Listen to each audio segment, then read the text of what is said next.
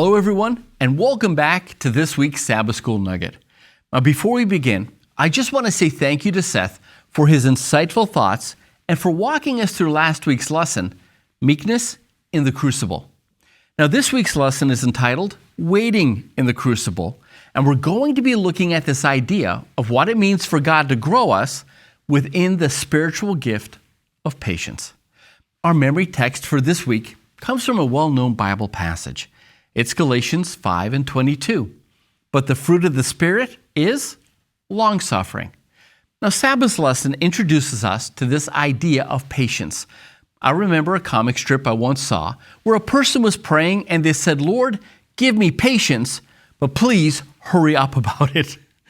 Putting humor aside for a moment, have you ever noticed that developing the gift of patience often requires patience? That no matter how hard you try, you just can't rush the process of learning how to be patient. And as the lesson points out, there are blessings and benefits that come from being patient. People who are impatient enjoy better physical and mental health, are more resilient, make better choices, enjoy more peace, and have healthier relationships with others. Again, we see that when God asks us to be patient, He is trying to bless us. Now we come to Sunday's lesson, and I'm thankful that the author acknowledges that waiting patiently can be painful. That waiting, by its very definition, is painful, especially if what you're experiencing is actually pain. And I have to ask, does God actually expect me to be patient when I'm experiencing pain and difficulty? What if I'm experiencing an injustice? Does God still expect me to be patient? And the answer to all of that is yes. God still wants us to be patient even in the face of pain, suffering, and injustice. So how do we know this to be true?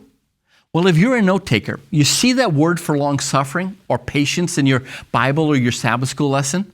Well, you can circle that word and right beside it, longanimity.